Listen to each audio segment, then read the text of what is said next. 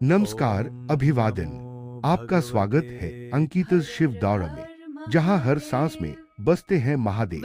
आज हम बात करने जा रहे हैं एक ऐसे पावन व्रत की जो न केवल हमारे जीवन को शुद्ध करता है, बल्कि हमारी हर मनोकामना को पूर्ण करने की शक्ति रखता है।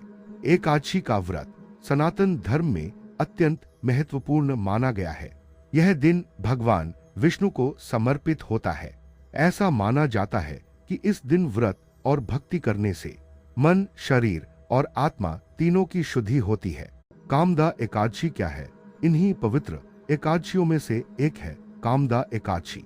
यह व्रत चैत्र मास के शुक्ल पक्ष में आता है और इसे विशेष रूप से मनोकामनाओं को पूर्ण करने वाला व्रत माना जाता है। पुराणों के अनुसार कामदा एकादशी का व्रत करने से व्यक्ति के सभी पाप नष्ट हो जाते हैं और जीवन में सुख, शांति और समृद्धि आती है।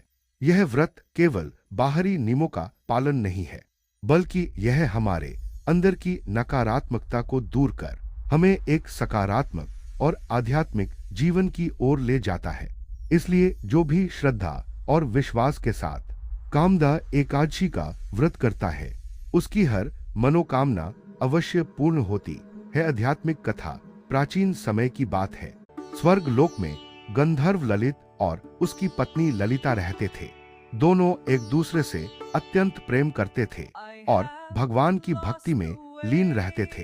एक दिन देवराज इंद्र की सभा में ललित गान प्रस्तुत कर रहा था, लेकिन उसका मन अपनी पत्नी ललिता में खो गया और उसी कारण वह अपने गान में गलती कर बैठा। यह देखकर देवराज इंद्र क्रोधित हो उठे। उन्होंने ललित को श्राप दे दिया कि वह तुरंत एक भयानक राक्षस बन जाए। देखते ही देखते ललित का सुंदर रूप एक डरावने राक्षस में बदल गया और वह जंगलों में भटकने लगा, दुख और पीड़ा में डूबा हुआ। यह सब देखकर उसकी पत्नी ललिता का हृदय टूट गया, लेकिन उसने हार नहीं मानी। उसने अपने पति को इस श्राप से मुक्त कराने का संकल्प लिया। एक दिन एक ऋषि ने उसे बताया कि यदि वह सच्चे मन से कामदा एकादशी का व्रत रखे तो उसका पति इस श्राप से मुक्त हो सकता है। ललिता ने पूरे श्रद्धा और भक्ति के साथ कामदा एकादशी का व्रत रखा।